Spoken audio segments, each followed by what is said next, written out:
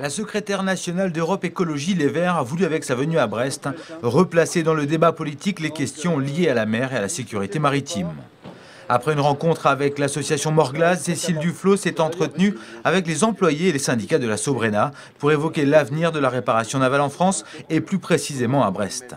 Et c'est aussi pour ça qu'il faut défendre le maintien d'une activité de réparation de navires et créer une filière de déconstruction sur les ports français et en particulier à Brest pour maintenir cette activité en France. Le risque qu'on a en matière de construction navale d'ailleurs, mais en matière de réparation ou de déconstruction, c'est de perdre le savoir-faire. Un savoir-faire qui est pourtant très important dans notre pays et qui, en tout cas, qui l'était jusqu'à il y a quelques années. Donc tout notre soutien et aussi notre attachement justement à avoir une vision globale et à pas considérer que c'est juste une entreprise dans un coin, mais que la question de la filière globale jusqu'à la déconstruction, en passant par la réparation, c'est quelque chose d'absolument essentiel de garder à proximité des lieux où on utilise les bateaux tout simplement. Autre sujet sur lequel s'est penchée Cécile Duflot, la question des énergies renouvelables, au cœur du programme d'Europe Écologie Les Verts dans cette campagne présidentielle. Parce qu'un des risques de maintenir l'espèce de doctrine nucléaire, c'est d'empêcher le développement de ces filières parce que personne ne se dit que c'est un champ de développement et qu'on se retrouvera à installer peut-être des éoliennes, mais qui seront produites exclusivement au Danemark ou en Allemagne parce qu'eux, ils ont déjà pris ce chemin-là et que nous, on s'obstine à regarder vers le passé. Après Brest, c'est à l'île Grande dans les Côtes-d'Armor que s'est déplacée Cécile Duflot pour aborder un tout autre sujet, celui de la protection des oiseaux. Alors Arnaud, Cécile Duflot parle de filière en allant de la réparation navale jusqu'à la déconstruction. Est-ce que c'est envisageable? Bah oui, évidemment. Ça commence donc par la construction, la réparation et ensuite la déconstruction. Je pense pas que pour l'instant les employés de la Sobrena soient très intéressés par la déconstruction. C'est pas quelque chose qu'ils envisageaient dans un premier temps. Maintenant, si ça permet de maintenir l'activité, pourquoi pas.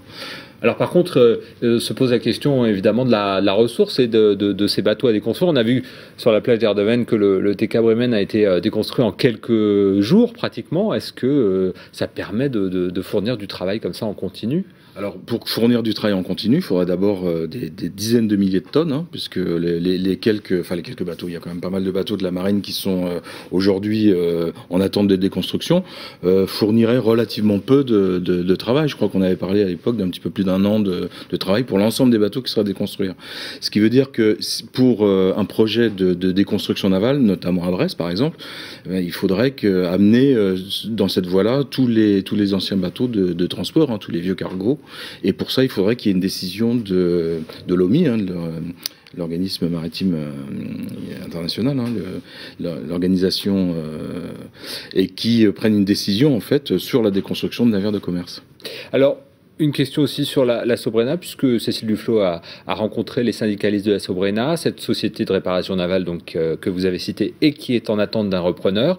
Il y a 3 repreneurs en lice, mais la date de limite de dépôt des candidatures a été repoussée. Est-ce que c'est un signe? Qu'est-ce qu'il faut y voir? Est-ce qu'il y a des difficultés? Moi, je suis pas dans le dossier, hein, donc ça, je pense que c'est le tribunal de commerce hein, qui faut poser la question. Est-ce que c'est pas un ajustement justement dans un dossier qu'il faut faire? Est-ce que c'est pas un problème de programme? Non, je pense pas qu'il y ait de signe particulier. Je pense pas que ce soit mauvais signe non plus.